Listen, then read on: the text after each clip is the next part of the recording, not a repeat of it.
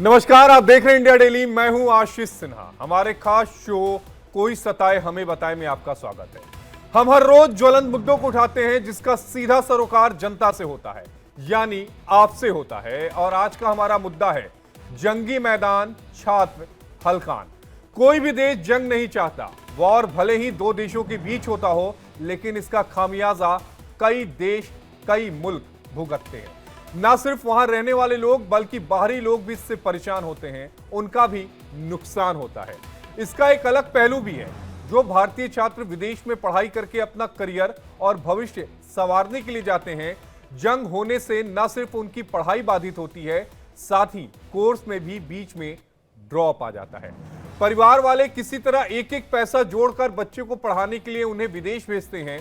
ऐसे में जंग होने पर बीच पढ़ाई को उनको छोड़कर वतन वापसी करनी पड़ती है। ऐसे में सवाल यह उठता है कि उनके कोर्स का क्या होगा। उनकी पढ़ाई जो बीच में ही अधूरी छूट गई, उसको आगे बढ़ाने का अब प्रावधान क्या है। पढ़ाई में गैप होने पर फिर से उन्हें कैसे रिज्यूम किया जाएगा। रूस के साथ युद्ध के बीच यूक्रेन में 23,000 भारतीय फंसे थे, जिनमें 18,000 मेडिकल के छात्र थे, जिन्हें सरकार ने ऑपरेशन गंगा के तहत यूक्रेन के पड़ोसी देशों के रास्ते उनकी वतन वापसी कराई। इसी तरह ईरान में भी करीब 10,000 भारतीय फंसे हैं, जिनमें 1500 भारतीय छात्र हैं, जिन्हें ऑपरेशन सिंधु के तहत 110 भारतीय छात्रों को भारत लाया जा चुका है, जिसमें 90 छात्र सिर्फ जम्मू के ही हैं। इन्हें आर्मेनिया के रास्ते दिल्ली लाया गया और इसके बाद घर पहुंचाया गया। आइए पहले इन छात्रों की आप बीती सुनवाते हैं, जिन्होंने ईरान से वतन वापसी की है। लगातार जारी है। दूसरा बैच जो है श्रीनगर एयरपोर्ट पहुंचा है। मेरे साथ कुछ छात्र हैं जो अभी जिन्होंने लैंड किया श्रीनगर में। सर, आप पहले आपसे जानना चाहेंगे आपका नाम? मेरा नाम है यासिर गफार। यह सब आपसे जानना चाहेंगे, आप यहाँ पे आए हैं कश्मीर, तो क्या सूरत हाल है ईरान में और कैसे आपकी पढ़ाई चल रही थी और कितना पढ़ाई जो है आपकी सफ़र होगी? हालात अभी ईरान में जो किशितनाक है, ख़राब है और पढ़ाई पे थोड़ा सा असर पड़ेगा, बस यही कह सकता हूँ। तो वैकेशन के दौरान कितनी मदद जो है केंद्रीय सरकार की तरफ से मिली? सेंट्रल गवर्नमेंट ने बहुत ही मदद किया, बट स्टेट गवर्नमेंट अनफॉर्चुनेटली उन्होंने कुछ भी नहीं किया। और जो सुबह दिल्ली एयरपोर्ट पे हम वेट कर रहे थे, वो कुछ एक्सेप्ट कर रहे, मतलब हमें कुछ ये चाहती कि हमें स्टेट गवर्नमेंट हमारे लिए कुछ करे, क्योंकि हमें जो डिप्लोमेट्स आर्मेनिया में थे उन्होंने बोला आपकी स्टेट गवर्नमेंट ने आप लोगों के लिए ये बनाए हैं कि ये टिकट्स ये एयरलाइन अरेंज किए आप लोगों के लिए। जब हम सुबह पूछे वहाँ कुछ नहीं था। कुछ नहीं था। तो एक आखिरी सवाल मेरा रहेगा, तेहरान में जब पहली बार हमला किया गया तो वो एक हॉस्टल था जहाँ पे बॉयज़ थे, कश्मीर के बॉयज़ स्पेशली वहाँ पे थे। तेहरान के बाद कई सारे इलाकों में हमला किया गया। क्या सूरत हाल है, कैसे बचे? सुनिए आप मेरी बात, जैसे आप न्यूज़ सुनते हो वैसे मैं भी न्यूज़ सुनता। मैं तेहरान में खुद नहीं था, जो मैंने अपनी स्ट्रीट में देखा वो मैं बोल सकता हूँ। थोड़े धमाके हुए, साउंड रात को कुछ साउंड हमें सुनाई दे रहा था, मतलब खौफनाक था हमारी सिटी में। But I have no information about Tehran, but मैंने जैसे न्यूज़ आपने सुनी वैसे मुझे भी अभी पता आप है। खुश है फैमिली के साथ? हाँ, बहुत खुश हूँ, बहुत खुश हूँ, अल्हम्दुलिल्लाह अल्हम्दुलिल्लाह। अभी बहुत अच्छा लग रहा है घर आके। ऑब्वियसली हमें उम्मीद नहीं थी कि हम शायद वापस आ भी पाएंगे, बट अल्हम्दुलिल्लाह that we are back. Very thankful to the Indian embassy, MEA and the government of India. They helped us in every possible way, so we are very thankful to them. अभी भी वहाँ पे बहुत सारे students हैं, but Indian embassy and MEA are trying their best कि वो उनको इवैक्यूएट कर पाए। उनको रिलोकेट किया गया था and now the evacuation process like they are doing that. उनके लिए मैसेज रहेगी कि please remain calm, please remain patient. Indian government, MEA and Indian embassy are doing everything in their power to evacuate them, and inshallah they will be here very very soon. और इसी पर बातचीत करने के लिए हमारे साथ खास मेहमानों का पैनल है। हमारे साथ सूर्या मैथिल जी हैं, नेता हैं भारतीय जनता पार्टी के। हमारे साथ मेजर जनरल जी द्विवेदी हैं, रक्षा विशेषज्ञ हैं। हमारे साथ कमांडर सुदर्शन चक्रपाणी हैं, रक्षा विशेषज्ञ हैं। हमारे साथ डॉक्टर पीयूष जैन, वित्त सचिव IMA के हमारे साथ जुड़ेंगे। हमारे साथ डॉक्टर अंशुल जोशी हैं, विदेश मामलों के जानकार हैं। बहुत स्वागत है आप सभी का। सबसे पहले मैं आपके पास आना चाहूंगा सूर्य मैथिल जी। अब ये छात्र तो वापस आ गए हैं, हमने ऑपरेशन गंगा चलाया, अब ऑपरेशन हम सिंधु चला रहे हैं। हम अपने भारतीय छात्रों को वापस लेकर भी आएंगे, विदेश मंत्रालय ये पूरी तरीके से सुनिश्चित करेगा। लेकिन अब आगे क्या? इन छात्रों के भविष्य को लेकर सरकार की तरफ से क्या योजना बनाई गई है?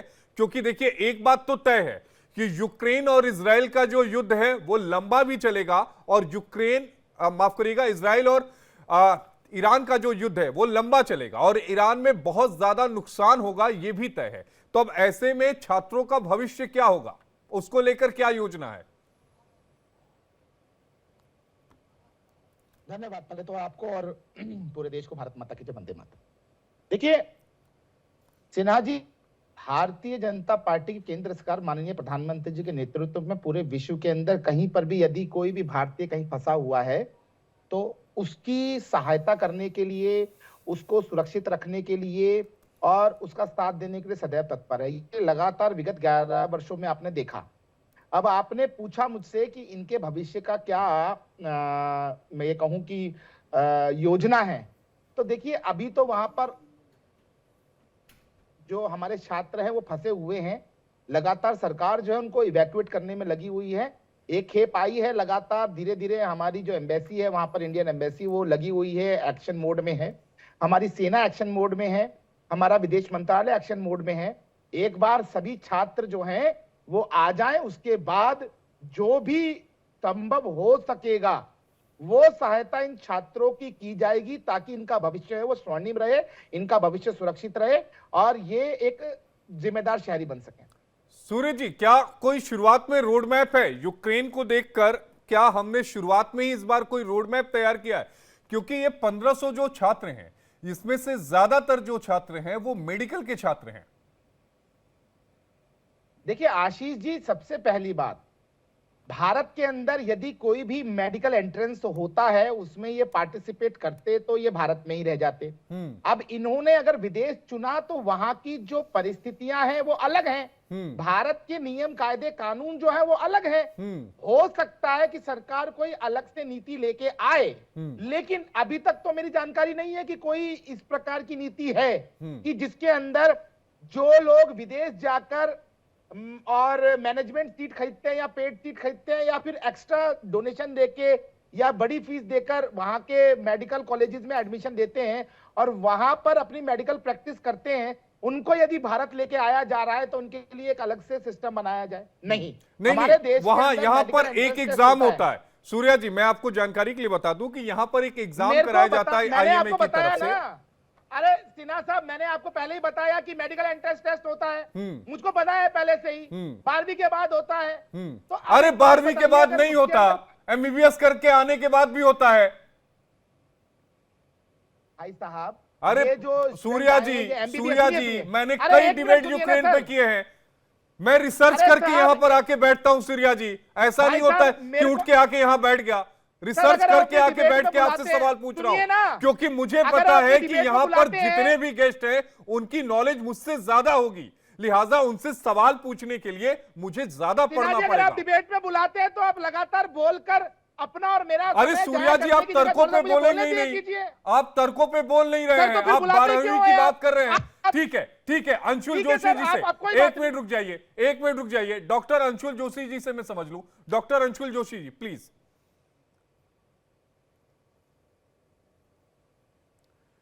डॉक्टर अंशुल जोशी जी, आपको आवाज आ रही है? जी, क्या आपको मेरी आवाज पहुंच रही है? बिल्कुल आवाज आ रही है। जी, मुझे लगता है सूर्या जी कंफ्यूज हो गए। देखिए, मेडिकल एंट्रेंस टेस्ट जो है वो प्रतियोगी परीक्षा है भारत की, जिसके जरिए नीट एग्जाम के जरिए जो भारत के छात्र हैं वो 12वीं के बाद यहाँ के मेडिकल संस्थानों में प्रवेश के लिए परीक्षा देते हैं। आप जो बात कह रहे हैं वो बिल्कुल सही है। दरअसल भारत के जो मेडिकल प्रैक्टिस के मानक हैं, स्टैंडर्ड्स हैं, तो उनके तहत प्रैक्टिस करने के लिए भारत में या आगे पीजी में एडमिशन के लिए या सरकारी नौकरियों के लिए जो मेडिकल से संबंधित है, इसके लिए जो बच्चे यूक्रेन से या अन्य देशों से, चीन में भी कई बच्चे जाते हैं मेडिकल की पढ़ाई के लिए। अब ये ईरान में जो ये उर्मिया यूनिवर्सिटी में बच्चे पढ़ रहे थे, तो ये जो आते हैं इनको एक एंट्रेंस टेस्ट देना पड़ता है। जब ये इस एंट्रेंस टेस्ट में उत्तीर्ण होते हैं तभी ये भारत में मेडिकल की प्रैक्टिस कर सकते हैं या पीजी के लिए फिर दाखिले की एंट्रेंस टेस्ट दे सकते हैं, या जो यहाँ की मेडिकल उद्योग से संबंधित जो नौकरियां हैं, जैसे एकेडमिक्स तो मेडिकल स्ट्रीम में भी है, तो इनको यदि मेडिकल कॉलेज में नौकरी करनी है तो उसके लिए पहले इनको सबको ये एक एंट्रेंस टेस्ट पास करनी होती है, तब ये भारत के मानकों के तहत यहाँ पर मेडिकल प्रैक्टिशनर ऑफिशियली माने जाते हैं। तो निश्चित तौर पर यहां मैं एक चीज समझें कि जो विद्यार्थी यहां से बाहर चले गए पेड सीट्स लेकर के या बाहर के विश्वविद्यालयों में वहां के मानकों के हिसाब से एडमिशन ले लिया और हमारी एक एक सीट का हिसाब है, हमारी सीटें सीमित है और उस पर लाखों की संख्या में हमारे बच्चे प्रवेश परीक्षा देते हैं, तो मुझे लगता है कि कोई ऐसी नीति तो है नहीं जिसके तहत जो ये ऐसे वापस आए हैं, इवैक्यूएट करा के लाए गए हैं, उनको सीधे हम अपने मेडिकल कॉलेजेस में दाखिला दे देंगे। वो तो संभव नहीं होगा। तो अब ये देखना होगा, क्योंकि जो यूक्रेन से भी बच्चे लौटे जिनकी पढ़ाई अधर में लटकी हुई थी, वो अभी भी उसी स्थिति में है, क्योंकि वहां पर तो यूक्रेन में दिन ब दिन स्थिति और खराब होती गई। तो वही स्थिति अभी हम ईरान में भी देख रहे हैं। तो इसको देखना रोचक होगा कि भारत सरकार इस एक पर्टिकुलर एंगल को लेकर के क्या किसी प्रकार की कोई नीति लेकर आती है। लेकिन मुझे नहीं लगता कि मेडिकल कॉलेजेस की जो सीमित सीटें हैं उनमें प्रतियोगी परीक्षाओं के इतर, जस्ट बिकॉज ये बच्चे इवैक्यूएट करा के लाए गए हैं, इनको सीधे सीधे सीटें दे दी जाएगी। नहीं सीधे सीधे सीट तो नहीं दी जाएगी डॉक्टर अंशुल जी। जाहिर तौर पर एग्जाम लिया जाएगा, लेकिन उसको लेकर रूपरेखा तो पहले से तैयार की जाएगी ना, अचानक रूपरेखा नहीं बन पाएगी। निश्चित तौर पर ये एक लंबी प्रक्रिया होगी और इसके अपने कुछ नियम भी होंगे, क्योंकि आप जब इस प्रकार के बदलाव करेंगे, नीति तैयार करेंगे, उसको घोषित करेंगे और फिर उसको जब आप एग्जीक्यूट करेंगे तो इन सब में समय लगता है। आप देखिए अगस्त 2021 के बाद से हम लगातार देख रहे हैं कि किस तरह से राष्ट्रीय शिक्षा नीति को लेकर के, इम्प्लीमेंटेशन को लेकर के काम चल रहा है। लेकिन हम देखते हैं कि अभी भी राष्ट्रीय शिक्षा नीति जो हमारे अधिकांश संस्थान हैं, जो हमारे विश्वविद्यालय हैं, जो हमारे विद्यालय हैं, उसमें जो हम इम्प्लीमेंट कर रहे हैं उसको लेकर के अब चुनौतियां भी आ रही हैं और वो धीरे धीरे इम्प्लीमेंटेशन हो पा रहा है। तो फिर अचानक से इस प्रकार से इस चीज को लेकर के क्रांतिकारी नीति लेकर के आना और उसको एकदम से घोषित करना, मुझे नहीं लगता कि तुरंत ये त्वरित बिल्कुल संभव हो पाए। डॉक्टर अंशुल जोशी जी, मैं किसी और के पास जाऊं उससे पहले एक सवाल का जवाब जानना और समझना बेहद जरूरी है। वो सवाल ये है कि भारतीय मेडिकल की पढ़ाई और ईरान में जो मेडिकल की पढ़ाई चल रही है, उन दोनों पढ़ाई में फर्क क्या है? आशीष जी देखिए, ये बड़ा अच्छा प्रश्न है, रोचक प्रश्न है, और ये तो हम दूसरे स्ट्रीम से भी जोड़कर देख सकते हैं, चाहे सोशल साइंसेस का स्ट्रीम हो, नर्सिंग का स्ट्रीम हो, आप ये मेडिकल जो प्रैक्टिशनर्स हैं, जो डॉक्टर्स बनेंगे, इनका स्ट्रीम हो, इंजीनियरिंग की पढ़ाई हो। भारत की जो प्रतियोगी परीक्षाएं होती हैं, भारत के जो ये प्रतिष्ठान है, तमाम संस्थान है, और भारत के जो मानक हैं, वो अन्य विश्वविद्यालयों से थोड़े कठोर माने जाते हैं। हम बहुत स्ट्रिंजेंट मानकों के साथ अपने यहाँ पढ़ाई करवाते हैं। यही कारण है कि जो हमारे यहाँ की एमबीबीएस डिग्री लेकर के या इंजीनियरिंग की डिग्री लेकर के जब बच्चे विदेशों में जाते हैं तो उनको बहुत अच्छे अपॉर्चुनिटीज मिलते हैं। विशेषकर आप अमेरिका में देखिए कि हमारे जो मेडिकल, हमारे यहाँ के जो एमबीबीएस किए हुए बच्चे हैं और जो इंजीनियर्स हैं, उनको किस तरह की नौकरियां मिलती हैं। कारण यही है कि ये बच्चे यहाँ की प्रतियोगी परीक्षाओं में या तो बैठे नहीं या सफल नहीं हो पाए, तो ये पेड सीट्स लेकर के, क्योंकि जो विदेश के जो ये मेडिकल संस्थान हैं ये पेड होते हैं, यहाँ पर आप सीट्स को पे करके ले करके यहाँ पर पढ़ाई कर सकते हैं और यहाँ से फिर डिग्री लेकर के आ जाते हैं। और यही कारण है आशीष जी कि हमारे यहाँ फिर एक प्रतियोगी परीक्षा कराई जाती है, फिर से एक टेस्ट कराया जाता है, और जब आप उस टेस्ट को पास करते हैं तभी आपको यहाँ पर मेडिकल प्रैक्टिस के लिए योग्य माना जाता है। योग्य माना जाता है। मेजर जनरल मानकों का अंतर है, मानकों का अंतर है जी। मेजर जनरल जी द्विवेदी जी, एक सवाल ये उठता है कि चूंकि 1500 छात्र हैं और तकरीबन 8,500 भारतीय जो हैं वो ईरान में इस समय फंसे हुए हैं, इस तरीके के ऑपरेशन में टाइम कितना लग जाता है? क्योंकि रूस और यूक्रेन के बीच में जब वॉर हुआ था उसमें हमने देखा था कि इन दोनों मुल्कों ने सीज फायर किया था ताकि लोगों वहां से निकल सके, लेकिन ईरान और इजराइल के बीच में जो वॉर चल रही है उसमें सीज फायर का कोई मतलब अभी देखने में और समझने में नहीं आ रहा है, क्योंकि दोनों में से कोई भी पीछे हटने को तैयार नहीं है। तो ऐसे में ये जो प्रोसेस होगा वो लंबा चल सकता है, और क्या रहेगी रूपरेखा?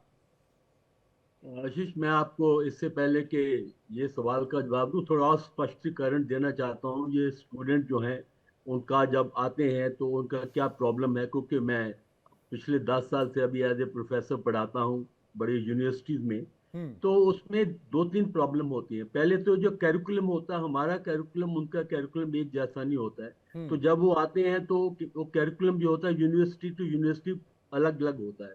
दूसरा है ये जो डॉक्टर जोशी ने ठीक बताया कि जब फॉरेन स्टूडेंट आते हैं या मेडिकल स्टूडेंट आते हैं उनको एक एंट्रेंस टेस्ट पास करना पड़ता है, और आपको ये ताज्जुब की बात होगी, इससे 14-15% ही स्टूडेंट उसको क्लियर करते हैं। यानी कि हमारा टेस्ट जो है बहुत ही ऊंचे दर्जे का होता है। जब हमारे स्टूडेंट बाहर जाते हैं, अभी 10 लाख स्टूडेंट हैं, मैं खुद भी हार्वर्ड में पढ़ा हूँ, और मेरी लड़की अभी अमेरिका में कार्डियोलॉजिस्ट है। जब हमारे स्टूडेंट वहां जाते हैं उनको यूएसएमएलई टेस्ट पास करना पड़ता है, ये नहीं कि वो सीधी एडमिशन लेते हैं। और यूएसएमएलई बड़ा स्ट्रिक्ट टेस्ट है, तो उसके बाद उनको एडमिशन मिलती है। तो कहने का मतलब ये है कि जब ये स्टूडेंट वापस आते हैं उनको एक टेस्ट पास करना ही होता है, क्योंकि हमारे कैरिकुलम अलग अलग होते हैं। दूसरा आपने सवाल पूछा कि एवैक्यूएशन, मैं खुद भी डिफेंस अटैची रह चुका हूँ बाहर, तो मुझे काफी ज्ञान है दूतावास का। देखिए, जब भी ऐसा क्राइसिस होता है तो क्राइसिस ग्रुप बनाया जाता है एम्बेसी के अंदर, और वो क्राइसिस ग्रुप है वो उनकी गवर्नमेंट के साथ और हमारी गवर्नमेंट के साथ वो तालमेल रखता है। और क्या होता है कि ये इवैक्यूएशन जो सीधी नहीं होती है, क्योंकि अभी ईरान से इवैक्यूएट करेंगे तो फ्लाइट सीधी इंडिया में नहीं आएगी, तो पड़ोसी देश में जाएगी, जैसे आर्मीनिया में गई है, तो आर्मीनियन गवर्नमेंट से फिर टाई अप करना पड़ता है और फिर वो अपनी इंडियन गवर्नमेंट से टाई अप करते हैं। तो यानी कि ये एक सीधा सा मामला नहीं है। दूसरा बात है कि जो नागरिक हैं या स्टूडेंट हैं वो एक जगह पर नहीं है, वो पूरी फैले हुए हैं, कई इलाकों में है। जैसे यूक्रेन में थे, तकरीबन 8-10 यूनिवर्सिटी में हमारे स्टूडेंट पढ़ रहे थे, तो उनको इकट्ठा करना, उनको लाना, कहाँ से निकलेंगे, जो कोई नॉर्थ में है तो नॉर्थ से निकलते हैं, साउथ वाले हैं तो साउथ से निकलेंगे। तो यानी कि ये प्रक्रिया है, ये बहुत एक पेचीदा होती है और आप इसको एंटिसिपेट नहीं कर सकते, क्योंकि किसी ने एंटिसिपेट नहीं किया था कि 13 जून से पहले के ऐसे हालात बन जाएंगे। तो ये क्राइसिस मैनेजमेंट होती है, क्राइसिस ग्रुप बनते हैं और उसके बाद इसको कोशिश करते हैं कि जितनी मदद कर सके कर पाए। और जैसे आपके जेएनके के स्टूडेंट बता रहे थे कि उनको बहुत हेल्प मिली है, तो यानी कि क्राइसिस मैनेजमेंट है, क्राइसिस ग्रुप बनता है और एक बहुत पेचीदा और मुश्किल ये मिशन होती है।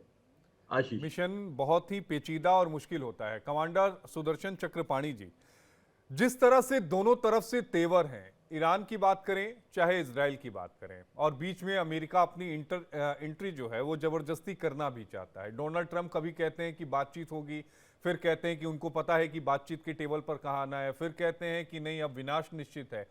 दूसरी तरफ नेतन्याहू कह रहे हैं कि ईरान के सुप्रीम लीडर को मारने के बाद ही सब कुछ खत्म होगा। उस तरफ देखें तो सुप्रीम लीडर ये कह रहे हैं कि हम पीछे नहीं हटेंगे। तो कुछ बीच का रास्ता निकलता हुआ दिख नहीं रहा है। सुदर्शन चक्रपाणी जी। आशीष जी, सबसे पहले जय हिंद, जय भारत, नमस्कार। देखिए, आप बिल्कुल सही कह रहे हैं, बीच का रास्ता अभी मुश्किल दिख रहा है। एक समय था जब लग रहा था कि ये युद्ध जो है वो 2-3 दिन में खत्म हो जाएगा, लेकिन अब ये उस स्थिति पे पहुंच रहा है कि जैसे कि वॉर ऑफ एट्रिशन हो गया है। अब जब वॉर ऑफ एट्रिशन होता है तो दो चीजों का विशेष ध्यान रखना पड़ता है। एक है size of the country. Size of country में देखिए, इजराइल बहुत छोटा सा देश है और ईरान बहुत बड़ा सा देश है, ठीक है। दूसरा है कि आपके पास कितनी क्षमता है कि कब तक आप लड़ सकते हैं, इकोनॉमिकली, मिलिटरीली आपके पास वो उतना साधन है कि नहीं है, ये दूसरी बात आती है। इन दोनों विषय के ऊपर एक में इजराइल का पलड़ा भारी है, एक में उसका पलड़ा हल्का है। साइज में पलड़ा काफी हल्का है, लेकिन जहां तक उसका डिटर्मिनेशन है, जहां तक उसका बिल्कुल क्लैरिटी ऑफ विजन है, उसको पता है कि वो एक जंग ऐसी लड़ रहा है जिससे वो या तो जिंदा रहेगा या मरेगा। एग्जिस्टेंशियल फाइट है ये। तो इसलिए इजराइल के पास तो और कोई चारा नहीं है कि ईरान को खत्म करे। ईरान को खत्म इन द सेंस कि न्यूक्लियर वेपन खत्म करे और रेजिम चेंज करे। न्यूक्लियर वेपन इजराइल अकेले खत्म नहीं कर सकता, let's be clear on that. क्योंकि फेड्रो का जो न्यूक्लियर स्टेशन है वो तकरीबन 60-70 मीटर अंदर है पहाड़ी के। इसके लिए उसको MOAB जो मदर ऑफ ऑल बॉम्ब्स हैं यूएस का और B2 बॉम्बर है, उसकी जरूरत होगी। अगर रिजीम चेंज होना है तो रिजीम चेंज कौन नया आएगा वहां पे? अभी तो कोई दिखाई नहीं दे रहा ईरान के अंदर कि नया कौन आएगा। और इस तरह के ऑपरेशन में होता यह है कि चाहे भले ही लोग अयोतला के खिलाफ हों, लेकिन इस टाइम पे वो फ्लैग, वो मतलब देश के नाम पे इकट्ठा हो जाते हैं। तो आपको अंदर से ही कोई रेवोल्यूशन करना पड़ेगा जिसकी वजह से रेजिम चेंज हो। और इन दोनों के लिए, दोनों चीजों में अमेरिका की जरूरत होगी। अमेरिका अकेले ये काम नहीं कर सकता। इसीलिए देखिए, मुल्ला मुनीर को उसने लंच पे बुलाया है। ये बहुत महंगा लंच पड़ेगा मुल्ला मुनीर को, क्योंकि मुझे विश्वास है कि पाकिस्तान को ऑप्शन दिया होगा, या तो आप हमें सपोर्ट करें और हम ईरान पे अटैक अपनी तरफ से करेंगे, लेकिन हमारे हवाई जहाज आपके पास आके लैंड करके रिफ्यूल करके वापस जाएंगे, या वो आपका इमरजेंसी लैंडिंग ग्राउंड बनाएंगे। सुदर्शन जी, अगर तीन जमीनी तीन तौर पे तरीके उनको से आना है, जो जानकारी मिली है कि 3 तरीके से वहां पर सत्ता में परिवर्तन कर सकते हैं। अंदरूनी की बात कर रहा हूं। पहले वो लोग हैं जो राजशाही के समर्थक हैं। चूंकि इस्लामिक क्रांति हुई, राजा मोहम्मद रजा जो थे वो मुल्क छोड़कर चले गए और बाद में मिस्र में उनका निधन हो गया, लेकिन उनके जो बेटे हैं वो इस समय अमेरिका में हैं, जिनका नाम है रेजा। उन पर कुछ लोग दांव लगा रहे हैं या फिर उनके साथ आ रहे हैं। जो दूसरा है मुजाहिदीन खलक, हालांकि ये बहुत ज्यादा एंटी है, वामपंथी संगठन है वो। और तीसरे जो हैं जातीय अल्पसंख्यक समूह। कोशिश क्या अमेरिका की, इजराइल की या यूरोप कंट्रीज की ये होगी कि इन तीनों संगठनों को एक साथ एक पिच पर लाया जा सके कि खामोनेई को सत्ता से हटाया जा सके मिलकर? इसमें कोई शक नहीं है। इन तीनों को, ये कम से कम इनमें से एक को वहां पे मुखौटा के रूप में खड़ा किया जाएगा और मोस्ट प्रोबेबली रेजा होंगे, क्योंकि अमेरिका जो है उनको सबसे ज्यादा विश्वास करेगा उनके ऊपर, क्योंकि वो वहां पे खुद बैठे हुए हैं। तो ये तो एक साफ दिखाई देता है। हाँ, वो और दो हैं, और शायद देखिए एक चीज का आपको देखना चाहिए। अमेरिका ने इराक में सबसे बड़ी गलती की थी कि उसने वो जो सेना थी वहां की, इराकी सेना जो थी, उसको उसने छोड़ दिया और वही बन गए आईसिस और वहां पे चले गए। यहाँ पे उन्हें किसी ना किसी तरह से जो ईरानी सेना के जो अफसर होंगे, जो जवान होंगे, अगर वो ईरानी सेना से को छोड़ के अगर वापस आते हैं और किसी और समूह में मिलते हैं, वो कौन सा समूह होगा? इसमें इजराइल ने एक शुरुआत जरूर की है और एक नंबर दिया है, एक वेबसाइट दी है कि आप रजिस्टर करिए और हम आपको मदद करेंगे ताकि हम आपको एक इकट्ठा करके हम सत्ता पलट कर सके। लेकिन सत्ता पलट एक दिन में नहीं होने वाली है। एक दिन में नहीं होने वाली। डॉक्टर पीयूष जैन जी वित्त सचिव हैं आईएमए के, वो हमारे साथ जुड़ गए हैं। पीयूष जैन जी, आपका बेहद स्वागत है। चूंकि नेटवर्क की कनेक्टिविटी है, फ्रेम आ गया है। डॉक्टर पीयूष जैन जी, आवाज आ रही है आपको? हाँ आ रही है। पीयूष जैन जी, आपका इंडिया डेली में बेहद स्वागत है। पीयूष जैन जी, आपके जुड़ने से पहले अभी हम लोग चर्चा कर रहे थे कि ये जो बच्चे आ रहे हैं ईरान से, इनमें ज्यादातर मेडिकल के छात्र हैं, तो अब इनके भविष्य का क्या होगा? क्योंकि जिस तरह से युद्ध चल रहा है, ये तय मान के चला जाए कि युद्ध इतनी जल्दी तो नहीं रुकने वाला। अगर रुकता भी है तो ईरान जो है वो काफी हद तक बर्बाद हो चुका होगा। आपकी बात बिल्कुल सही है। देखिए, सबसे पहले तो इम्पोर्टेंट चीज जो है वो ये है कि छात्रों का सुरक्षित लौटना। जो छात्र अभी भी बचे हुए हैं वहां पर, वो अपना भारतीय दूतावास से लगातार संपर्क में रहें ताकि उनका सुरक्षित लौटना निश्चित हो। और उसके बाद इम्पोर्टेंट है कि जो छात्र वहां फंसे हैं या लौट रहे हैं वहां से, उनके अंदर मानसिक तनाव बहुत ज्यादा होगा अभी। तो थोड़ा उनको जो है मानसिक कंसोलेशन और मानसिक की तरह से भी उनको समझाने की जरूरत है, ताकि उनको जो है तनाव से दूर रहें। तनाव से दूर रहेंगे तभी आगे अच्छे सोच पाएंगे। अब जहां तक बात पढ़ाई की है, तो पढ़ाई के जो है काफी ज्यादा अभी इसमें सोचने की जरूरत यह है कि बहुत जगह कोविड के बाद से, जब से ये ऑनलाइन चीजें शुरू हुई हैं, तो काफी सारी यूनिवर्सिटीज ऑनलाइन कोर्सेज ले रही हैं। तो काफी यूनिवर्सिटीज में ऑनलाइन पढ़ाई कर या अगर थोड़ा सा माहौल ठीक होता है और ईरान में ही ऑनलाइन यूनिवर्सिटी में ऑनलाइन क्लासेस शुरू होती हैं, तो वो भी एक विकल्प है कि वो वहां से ऑनलाइन अपना कोर्सेज पूरे कर सकते हैं।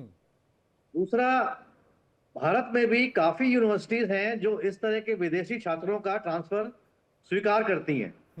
तो उन छात्रों को इस तरह की यूनिवर्सिटीज के बारे में मालूम करना है, और इस तरह की अपनी भारत सरकार की साइट्स भी हैं, वेबसाइट्स हैं, जहां पर उनको इस तरह की नॉलेज मिल सकती है। डॉक्टर पीयूष जैन जी, जो छात्र अभी हमें देख रहे होंगे और सुन रहे होंगे, उन छात्रों के लिए जानकारी बेहद अहम है कि मान लीजिए कि जो छात्र ईरान से वापस आए हैं वो किसी भारतीय यूनिवर्सिटी में दाखिला लेना चाहते हैं, तो मानक क्या होंगे उसके? देखिए, अगर वो शुरू की पढ़ाई के हैं, फर्स्ट ईयर सेकेंड ईयर के मेडिकल स्टूडेंट्स के बारे में अगर हम बात करें जी, तो वो अभी भी अपना यहाँ पर नीट की परीक्षा देकर एमबीबीएस का दोबारा एग्जाम दे सकते हैं, नंबर 1। दूसरा, कुछ ऐसी यूनिवर्सिटीज हैं भारत में भी या दोबारा से कुछ और अलग देशों में, जैसे उज्बेकिस्तान है या और कनाडा, ऑस्ट्रेलिया, जर्मनी, वहां पर भी वो दोबारा अप्लाई कर सकते हैं और उसमें एडमिशन ले सकते हैं अपनी वहां की एंट्रेंस एग्जाम को क्लियर करके। लेकिन जो student 4th year final year के स्टूडेंट्स हैं, उनके साथ थोड़ी अभी प्रॉब्लम है, उनको वेट करना पड़ सकता है कि जब तक ईरान में कंडीशंस थोड़ी सेटल ना हो जाएं या भारत सरकार की तरफ से इस तरह की कुछ एडजस्टमेंट या अलायंस ना हो इंडियन यूनिवर्सिटीज में जो उनके लास्ट के 1 या 2 साल का कोर्स कंप्लीट करा सके, तब तक उनको वेट करना होगा। लेकिन उनको जो है हमेशा आशावादी रहना पड़ेगा और इस बारे में लगातार सर्च करनी पड़ेगी कि कहां पर इस तरह की चीजें हो रही हैं। डॉक्टर पीयूष जैन जी, मैं किसी और के पास जाऊं, लेकिन एक सवाल का जवाब जो छात्र हैं उनके मन में होगा, इस प्रोसेस में कितना समय लग जाता होगा? जो आपने कहा कि भारत में भी चीजें हो सकती हैं, तो प्रोसेस में कितना समय लगता होगा? देखिए, आपकी बात बिल्कुल सही है कि ये जानना कि इसमें कितना टाइम लगेगा, पर एग्जैक्टली टाइम लाइन देना शायद अभी पॉसिबल नहीं होगा और इट माइट टेक से अराउंड 6 महीने से 1 साल तक भी कई बार लग जाता है। 6 महीने से 1 साल भी लग सकता है, यानी भविष्य पर, हाँ, भविष्य को लेकर एक थोड़ी क्वेश्चन मार्क है। प्रॉब्लम्स तो है, देखिए हाँ। थोड़ी प्रॉब्लम्स तो है, लेकिन ये है कि हिम्मत हारने से कुछ नहीं होगा, कोशिश तो करनी ही होगी और हिम्मत रखनी पड़ेगी। कोशिश करनी होगी और हिम्मत को भी नहीं हारना होगा। डॉक्टर अंशुल जोशी जी, एक सवाल का जवाब जो होगा वो पूरी दुनिया जानना और समझना चाहती है कि ईरान पर जो हमला हुआ, वो हमला हुआ कि ईरान परमाणु बम बना रहा था, तो क्या ये मान के चला जाए कि परमाणु बम अगर कोई मुल्क बना लेता है तो ये उसके लिए सुरक्षा की गारंटी हो जाता है? वो मैं इसलिए कह रहा हूं, मैं बात करूं नॉर्थ कोरिया की, नॉर्थ कोरिया ने 2006 में परमाणु बम बना लिया। उसके बाद से वो हर 3-4 महीने पर लंबी दूरी की बैलिस्टिक मिसाइलें जो हैं वो अपनी चलाता रहता है, उसकी टेस्टिंग करता रहता है, अमेरिका को आंखें दिखाता है, लेकिन किसी भी मुल्क की इतनी हिम्मत नहीं हुई कि वो नॉर्थ कोरिया पर हमला कर दे। तो क्या अब एक नई विचारधारा जो है वो दूसरे मुल्कों में भी फैल रही है कि अगर हमने एटॉमिक हथियार बना लिया तो ये हमारे मुल्क के लिए सुरक्षा की गारंटी है?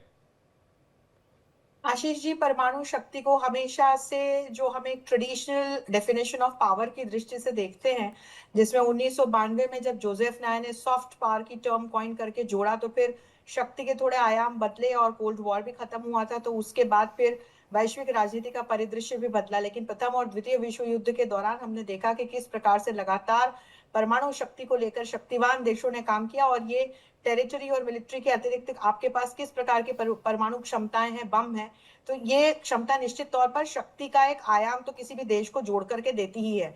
आपने नॉर्थ कोरिया का उदाहरण दिया, देखिए नॉर्थ कोरिया एक रोग स्टेट है।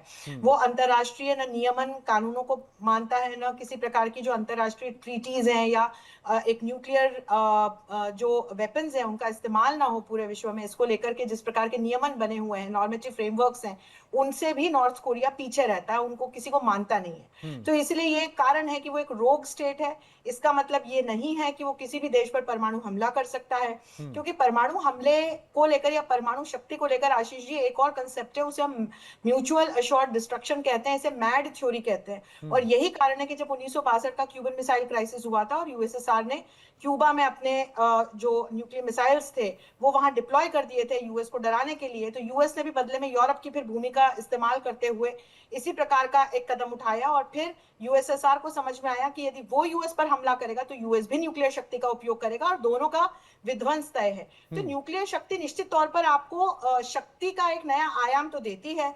जो ग्लोबल वर्ल्ड ऑर्डर है उसमें हमने हमेशा से देखा कि जो ये महाशक्तिवान देश है इनमें कहीं ना कहीं न्यूक्लियर कैपेबिलिटी इनकी क्या है, ये इनका एक आयाम रहा है। लेकिन आज की तारीख में यदि हम देखें तो इससे न सिर्फ वैश्विक और क्षेत्रीय जो शक्ति का संतुलन है वो बनता बिगड़ता है, इसके अलावा यदि हम देखें तो आज आर्थिक शक्ति सबसे महत्वपूर्ण तरीके से ये तय करती है कि आप ग्लोबल वर्ल्ड ऑर्डर में कहां खड़े हैं। जैसे हमारे देश को आप देखिए, आज हमारा देश किस चीज पर काम कर रहा है। हम विश्व के सबसे तेजी से बढ़ती हुई अर्थव्यवस्था हैं, हम विश्व का एक बहुत बड़ा बाजार हैं, हम विश्व की चौथी सबसे बड़ी अर्थव्यवस्था बन गए हैं। तो इसके देखिए कैसे जो वैश्विक राजनीति में जो हमारी शक्ति आंकी जाती है उसको अब किस तरह से एक बदली हुई नजर से देखा जाता है, भारत को अब एक प्रणेता के रूप में देखा जाता है। तो ये हम जाने ईरान की जो देखिए, ईरान और नॉर्थ कोरिया को हम कंपेयर नहीं कर सकते। ईरान की जो क्षेत्रीय स्थिति है और ईरान का जो एक एम्बिशन रहा है अपनी न्यूक्लियर कैपेबिलिटीज को, वेपन्स को बनाने का, वो हमेशा से अमेरिका की आंख में खटका है। क्योंकि यदि बना लेता है तो फिर क्या होगा कि पश्चिम एशिया में जो पूरा एक शक्ति का संतुलन है वो पूरा बिगड़ जाएगा। और यही कारण है कि अमेरिका हमेशा से ईरान के न्यूक्लियर प्रोग्राम्स का विरोध करता रहा। 1957 में तत्कालीन राष्ट्रपति थे जो अमेरिका के, आइजनहावर, उनके नेतृत्व में एक अग्रीमेंट भी साइन हुआ था ईरान और अमेरिका के बीच में। 79 में जब ये क्रांति हुई ईरान में और जब खोमेनी सत्ता में आए, उन्होंने रिलीजियस रीजंस की वजह से न्यूक्लियर बम ना बनाने का फैसला लिया। तो वो एक हॉल्टेड रहा पूरा प्रोग्राम। लेकिन 89 में उनकी डेथ के बाद जब खोमेनी सुप्रीम लीडर बने तो उन्होंने फिर एक बहुत अग्रेसिव तरीके से ईरान के न्यूक्लियर प्रोग्राम को आगे बढ़ाया। और तभी से जितने ये पश्चिम के देश हैं, अमेरिका है, या जिन देशों को लगता है कि ईरान की जिस प्रकार की एम्बिशंस है, ईरान अपने आप को न सिर्फ पश्चिम एशिया में पूरे वैश्विक स्तर पर मुस्लिम देशों का एक खलीफा कह लें या आप एक सुप्रीम लीडर कह लें, उसके रूप में स्थापित करना चाहता है। ये उसकी एम्बिशन है। तो अगर न्यूक्लियर बॉम्ब बना लेता है और यदि उसका किसी प्रकार के छोटे बड़े कहीं पर भी इस्तेमाल के धमकी देता है दूसरे देशों को, बार्गेनिंग चिप की तरह यूज करता है, तो शक्ति का संतुलन खराब होगा। यही कारण है कि बार बार जो ईरान की न्यूक्लियर बॉम्ब बनाने की फिर जो खबरें आती हैं और इसको लेकर के फिर चेतावनियां जारी होती हैं और पूरे रीजन में इसकी वजह से फिर कॉन्फ्लिक्ट्स बनते बिगड़ते रहते हैं। ये केवल ईरान नहीं है। मैं जनरल द्विवेदी जी आपके पास आना चाहूंगा। आपको ध्यान में होगा कि इराक ने भी न्यूक्लियर बम बनाने की कोशिश की थी। आज सद्दाम हुसैन की बहुत ज्यादा चर्चा हो रही है, इसलिए मैं इस बात को उठा रहा हूं। 1981 में इजराइल ने हमला करके पूरे न्यूक्लियर प्रोग्राम को खत्म कर दिया। अब उसकी वजह यह हो सकती थी कि वो उसे गोपनीय ना रख पाए हों।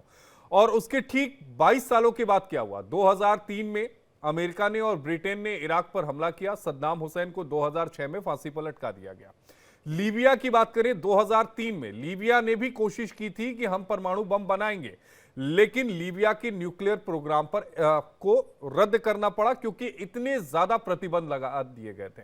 गद्दाफी का क्या हुआ? गद्दाफी को मॉब लिंचिंग में मार दिया गया।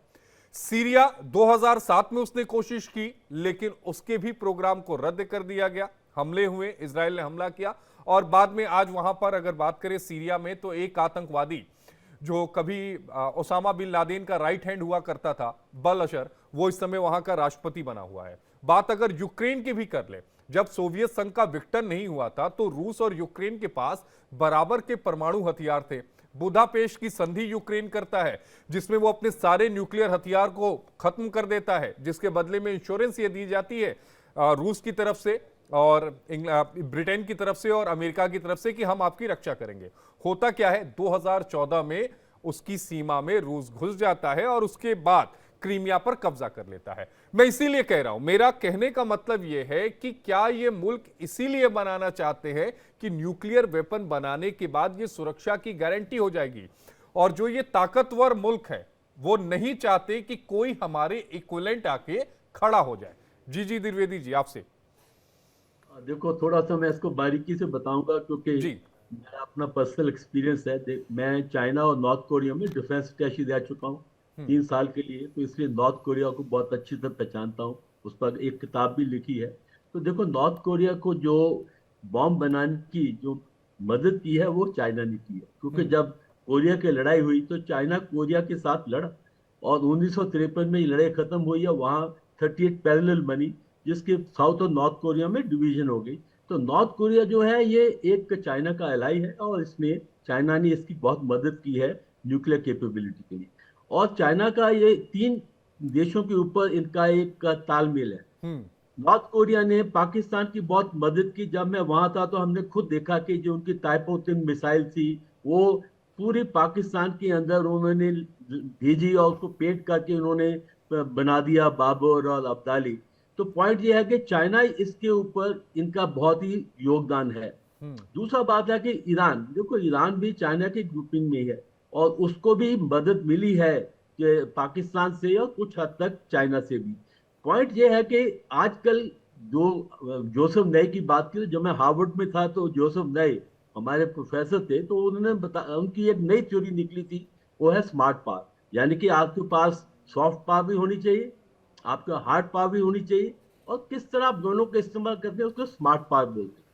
तो अभी ये क्यों न्यूक्लियर हथियार बनाए जाते हैं? क्योंकि न्यूक्लियर हथियार जो है वो डिफेंस है, यानी कि आपके पास एक कैपेसिटी है, कैपेबिलिटी है कि दूसरा अगर हमला करेगा तो वो आप न्यूक्लियर इस्तेमाल कर सकते हैं। तो इसलिए इजराइल ने, और जिसके ऊपर मेरी पीएचडी है, उन्होंने क्यों ये हथियार बनाए? क्योंकि जब उनका 1948 में इजराइल का जब गठन हुआ, तो उसके बाद उन पर 4 हमले हुए अरब देशों से, 48 में, 56 में, 1967 में, 73 में।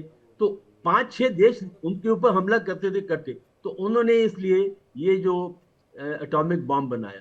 तो आपकी बात कहने की ठीक है, देखो जो भी देश है वो कोशिश करता है। और आपने इराक की बात की, 1981 में ओसी इराक उनका रिएक्टर था जिसका आप बात कर रहे हैं। ओसी इराक रिएक्टर पर इजराइल ने हमला किया और पूरा उसको डिस्ट्रॉय कर। तो पॉइंट ये है कि इस समय इजराइल की और जो ईरान की अभी जो हो रही है लड़ाई, ईरान जो है उसमें कैपेसिटी नहीं है सीधा लड़ने की, क्योंकि ना तो अमेरिका से सीधा लड़ सकता, ना इजराइल से। तो जब आपकी कैपेसिटी नहीं होती है तो आप न्यूक्लियर डिवाइस बना लेते हैं या प्रॉक्सी वॉर, जो पाकिस्तान भी कर रहा है। कि पाकिस्तान 35 साल से प्रॉक्सी वॉर हो रही है, और मैंने 9 साल जम्मू कश्मीर में बताया एज ए कमांडर। तो उन्होंने भी यही स्ट्रेटेजी बनाई कि प्रॉक्सी वॉर और साथ ही न्यूक्लियर हथियार। तो यही जो स्ट्रेटेजी है ईरान की है। उन्होंने भी प्रॉक्सी वॉर चलाई 3 साल कम से कम। हूथी, हमास, हिजबुल्लाह, ये सारे प्रॉक्सी हैं। और साथ ही साथ उनका था कि अगर एटॉमिक बॉम्ब आ जाता है तो फिर उनके जो संतुलन बदल जाता है, क्योंकि जब आपके पास न्यूक्लियर कैपेबिलिटी आ जाती है तो एक संतुलन बदल जाता है। तो हर एक देश चाहता है कि उसका संतुलन बदले या उसको आत्मनिर्भर हो। पर एक बात और है, देखो जिनके पास न्यूक्लियर हथियार नहीं है उनके पास न्यूक्लियर अम्ब्रेला है, यानी कि साउथ कोरिया है। नॉर्थ कोरिया के पास हथियार है तो साउथ कोरिया के पास अमेरिका की अम्ब्रेला है। जापान के पास नहीं है तो जापान के पास अमेरिका की अम्ब्रेला है। तो यानी कि बात कहने की यह है, या तो आपका न्यूक्लियर हथियार है या आप अम्ब्रेला के नीचे आ जाते हैं, ताकि आपकी सिक्योरिटी जो है वो कारगर रहे। आशीष। सुदर्शन चक्रपाणी जी, एक स्टेटमेंट आया रूस के राष्ट्रपति का। उन्होंने कहा कि ईरान ने अभी तक हमसे मदद नहीं मांगी, ईरान अगर हमसे मदद मांगता है तो हम सोचेंगे। इस बयान के क्या मायने हैं? क्या ये माना जाए कि भविष्य में अगर अमेरिका सीधे तौर पर इस जंग के मैदान में आता है तो रशिया भी इराक की मदद कर सकता है? आशीष जी, मुझे नहीं लगता कि रशिया ईरान की मदद करेगा इस माहौल में। क्यों? क्योंकि उसके लिए भी एक एक्सिस्टेंशियल क्राइसिस है यूक्रेन। अगर यूक्रेन रशिया हार जाता है किसी भी वजह से, या पॉलिटिकल सेटलमेंट ऐसा होता है जिसमें क्राइमिया उसके पास से निकल जाएगा या फिर डॉनबास का रीजन उसके हाथ से निकल जाएगा, तो ये मान के चलिए कि इजराइल तो रशिया में भी तख्ता पलट होएगी। तो इसलिए और रशिया के ऊपर बहुत ज्यादा दबाव पड़ेगा पॉलिटिकली भी, और फिर उसको रिपैट्रिएशन के नाम पे बहुत पैसे लिए जाएंगे। तो रशिया बिल्कुल इस समय नहीं चाहेगा कि उसका ध्यान बटे या ध्यान डाइवर्ट हो जाए ईरान के चक्कर में। मुझे अपना मानना है, देखिए कुछ ही 2 ही दिन पहले की बात है जब पुतिन और डोनाल्ड ट्रंप की बात हुई थी, और इस वार्तालाप में मुझे विश्वास है कि यही बात की गई होगी कि पुतिन ने कहा कि मैं आपकी मदद करूं ट्रंप को, और ट्रंप ने कहा नहीं, ऐसा करिए आप अपना यूक्रेन देखिए, मैं अपना ईरान देख लूंगा, हम लोग सॉर्ट आउट कर लेंगे। और इसीलिए देखिए आप कि मुनीर जो 4 दिन से घूम रहा था अमेरिका में, उसको सडनली डोनाल्ड ट्रंप लंच के लिए बुलाते हैं।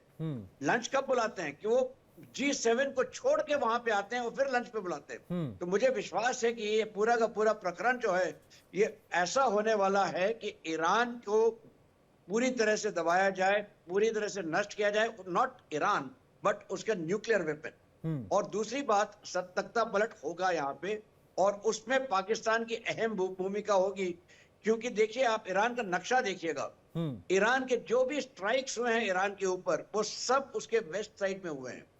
ईस्टर्न साइड में मैं मानता हूं कि डेजर्ट है, वो ऐसी जगह है जहां पे कोई रहता नहीं है, लेकिन वहां पे वेपन्स और उनका इक्विपमेंट है, वो उनकी उसके लिए सेफ जगह है, और उसको कंट्रोल करने के लिए पाकिस्तान की भूमिका अहम होती है।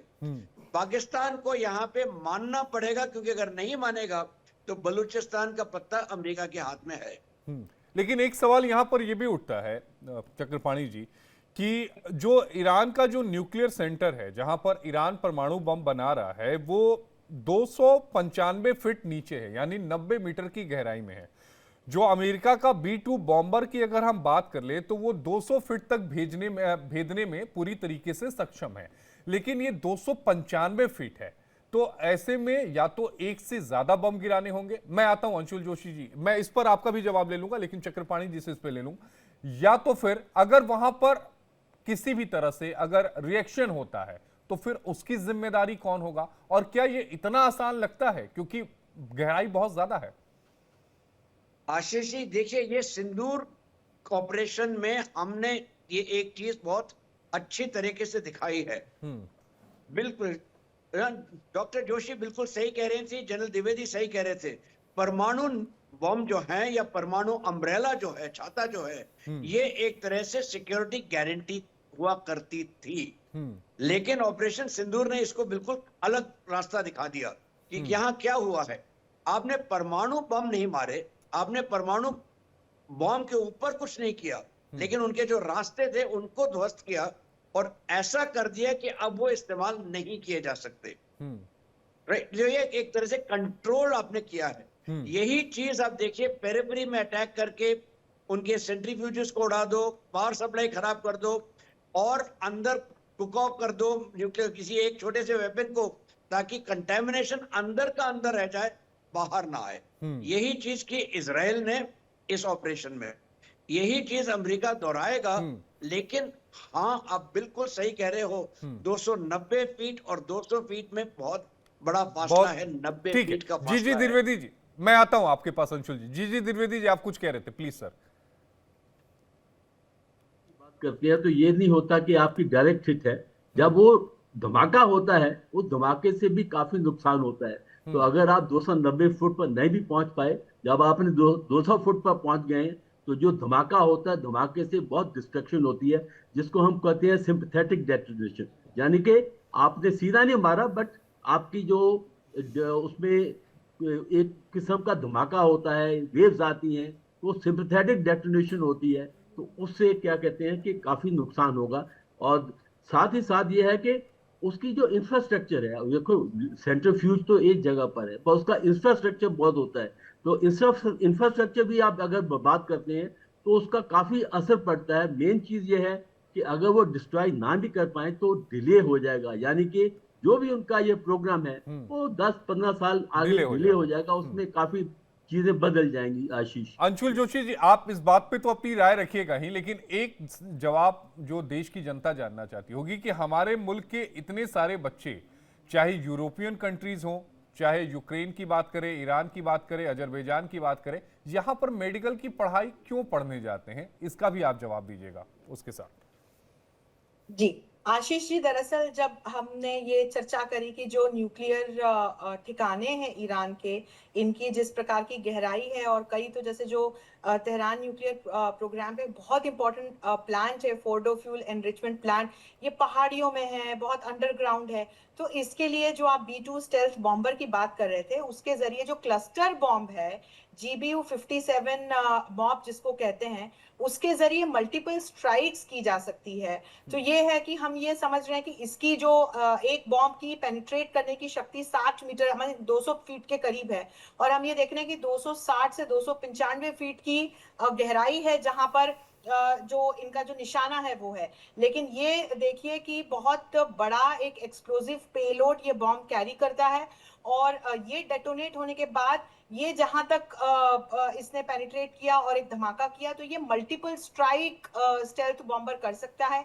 इसीलिए जो अमेरिका का जो ये क्लस्टर बॉम्ब इसको कहा जाता है, इसको लेकर के ईरान के विशेषज्ञों में खलबली है। एक तो मैं ये बात आपके साथ साझा करना चाहती थी।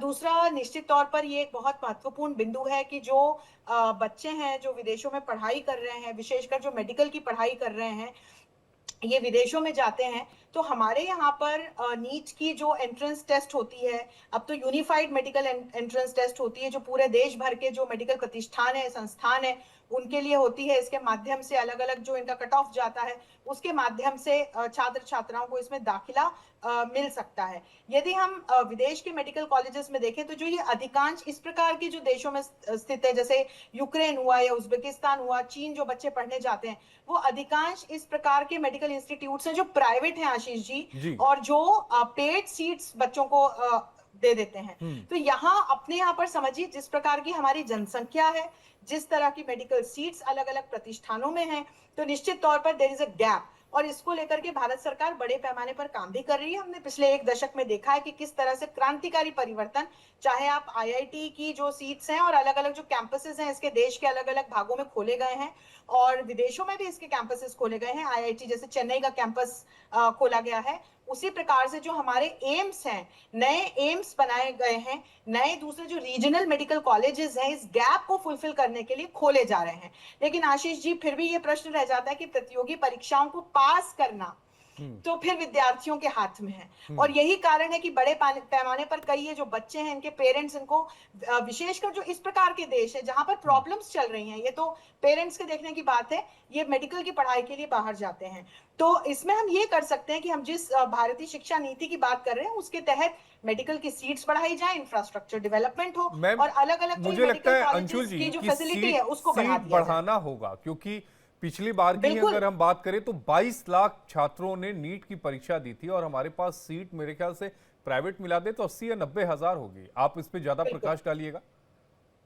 बिल्कुल, आप सही बात कह रहे हैं आशीष जी। 80 से 85 हजार सीट्स हम कह सकते हैं, और इसमें प्राइवेट सीट्स भी हैं। हाँ, मैं मिला के कह रहा था, गवर्नमेंट और प्राइवेट मिलाकर, वो तो बहुत लिमिटेड है और कट ऑफ भी बहुत हाई जाता है।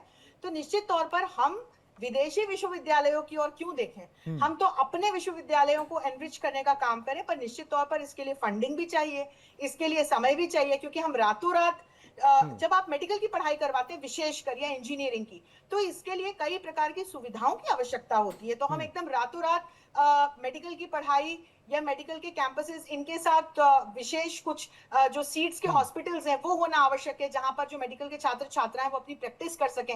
इस तरह के कुछ प्रोटोकॉल्स हैं, मुझे लगता है पीयूष जी इस पे और बेहतर तरीके से जानकारी दे पाएंगे। डॉक्टर पीयूष जी हमारे साथ जुड़ भी है, भी स्क्रीन पर है, उनसे ले लेते हैं अंशुल जोशी जी। पीयूष जैन जी, क्या सरकार आने वाले समय में हमारी जो मेडिकल की सीट है उनको बढ़ाने को लेकर कुछ सोच रही है, चाहे प्राइवेट हो चाहे गवर्नमेंट की बात हो? क्योंकि 22 लाख के तकरीबन जो बच्चे हैं वो एग्जाम देते हैं, 80-85 हजार सीटें होती हैं।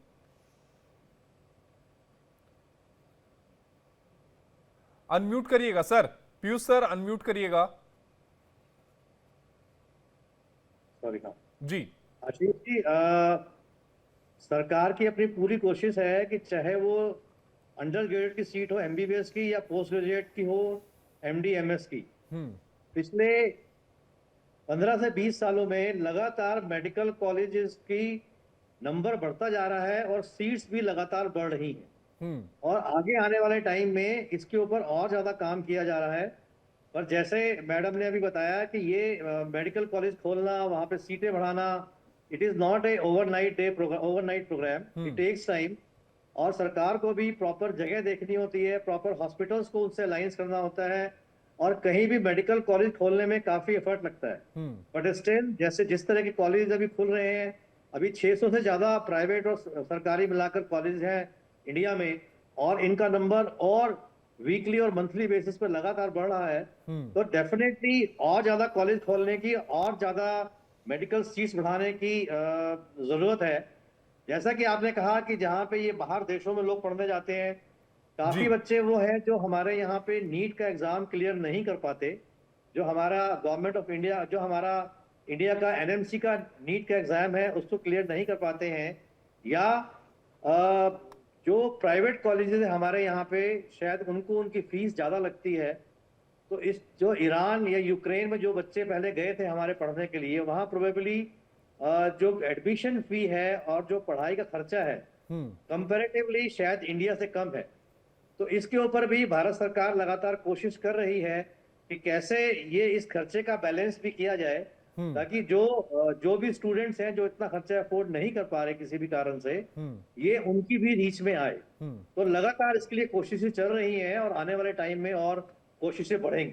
पीयूष जैन जी, उसके पीछे वजह भी था सवाल के पीछे, क्योंकि देखिए देश की आबादी भी बढ़ रही है और देश में जो हमारी यंग जनरेशन है वो लगातार चाहे इस तरह के एग्जाम हो, नीट हो या दूसरे एग्जाम्स के लिए, वो क्वालिफाई करना चाहती है। हमारे यहाँ डॉक्टर्स की कमी है, इस बात से इनकार डॉक्टर पीयूष जैन जी आप नहीं कर सकते। दूर दराज की अगर गाँव की आप बात करें तो अगर हमारे ये जो यंग जनरेशन है ये डॉक्टर बनकर आएंगे तो मुल्क के लिए ही बेहतर होगा मेरे ख्याल से। डॉक्टर पीयूष जैन जी बिल्कुल ठीक कह रहे हैं आपने, बिल्कुल ठीक कह रहे हैं। देखिए, इसी के लिए ही जैसे आपने गांव की या दूर दराज की बात किया, अभी काफी कॉलेजेस में, काफी स्टेट्स में एक बॉन्ड का भी प्रोविजन शुरू किया गया है, एमबीबीएस में भी और पोस्ट ग्रेजुएशन में भी, कि जो बच्चे उस किसी भी स्टेट से एमबीबीएस या पोस्ट ग्रेजुएशन कर रहे हैं, उनका वहां पर 1 साल 2 साल या 3 साल का बॉन्डिंग है। पूरे देश में यूनिफॉर्म पॉलिसी नहीं है, अलग अलग स्टेट में अलग अलग इसका बॉन्डिंग का फिक्सिंग है कि कहाँ पे उनको पढ़ाई करने के बाद उसी स्टेट में उनको सर्विस करना होगा, और वो स्टेट उनको, या फिर उनको रूरल हेल्थ में जाके अपना पोस्टिंग करना होगा 6 महीने या 1 साल जी। तो सरकार इस दिशा में कार्यरत है और आईएमए भी पूरा सहयोग करने को तैयार है, और लगातार आईएमए सरकार के साथ मिलकर इस दिशा में भी काम कर रही है और सोच भी रही। आखिरी सवाल मैं आपसे लूंगा सर, तो क्या ये मान के चलें डॉक्टर पीयूष जैन जी कि आने वाले समय में जो मेडिकल की सीट्स हैं वो भी बढ़ेंगी, कॉलेजेस भी बढ़ेंगे, ताकि छात्रों को दाखिले जो है वो मिल सके, क्योंकि बहुत लंबी तादाद होती है, 22 लाख 23 लाख बच्चे फॉर्म भरते हैं, 1 लाख में अगर उनको फाइट करना हो बड़ी मुश्किल फाइट हो जाती है वहां पर। आप बिल्कुल सही कह रहे हैं, और इसमें तीसरा पॉइंट ये है कि जो प्राइवेट कॉलेजेस हैं उनका फीस का भी कुछ कैपिंग शायद सरकार की तरफ से हो, ताकि ज्यादा से ज्यादा लोग इंडिया में ही एनरोल कर सके प्राइवेट कॉलेजेस में। और ये बहुत जरूरी है पीयूष जैन जी, क्योंकि मैं तो अभी हैरान हो गया, एक अपने ही जानकार का मुझे लॉ में कराना था, तो हैरान हो गया कि पूरे ओवरऑल उसकी जो फीस है वो 35 लाख रुपए से ज्यादा लगेगी। तो मैं हैरान हो गया कि प्राइवेट यूनिवर्सिटीज फीस कितना चार्ज करती हैं। मैंने बीएचयू से लॉ किया और आप यकीन मानिए 110 रुपए फीस लगती थी 1 साल की, 3 साल की 330 रुपए में मैंने लॉ किया था। तो ये सारी चीजें होती है, तो मुझे लगता है इस पर भी सरकार को काम करना चाहिए। आप बिल्कुल ठीक कह रहे हैं, जो हमारे गवर्नमेंट मेडिकल कॉलेज हैं वहां पर भी फीस का स्ट्रक्चर यही होता है। मैंने भी जब 83 में ज्वाइन किया था एमबीबीएस, तब हमारे टाइम में भी 125 रुपए साल फीस होती थी। और अभी हो सकता है थोड़ी बड़ी हो गवर्नमेंट कॉलेजेस में, और जितना प्राइवेट कॉलेजेस में है, या तो उनका जो मेंटेनेंस खर्चा है, उनका अपना बिल्डिंग स्ट्रक्चर है, उनका अपना और काफी तरह के खर्चे होते हैं प्राइवेट कॉलेज में, उसको बीट करने के लिए फीस का स्ट्रक्चर उनको डेवलप करना पड़ता है इस तरह का। हालांकि गवर्नमेंट की तरफ से भी जरूर ग्रांट मिलती है उनको, ताकि फीस कम रखी जाए, और आगे आने वाले टाइम में शायद गवर्नमेंट इसके ऊपर और कुछ काम करेगी, काम जरूर करेगी, क्योंकि देश की जनता की, देश की आवाम की आवाज है। बहुत ज्यादा फीस ना हो प्राइवेट कॉलेजेस। जी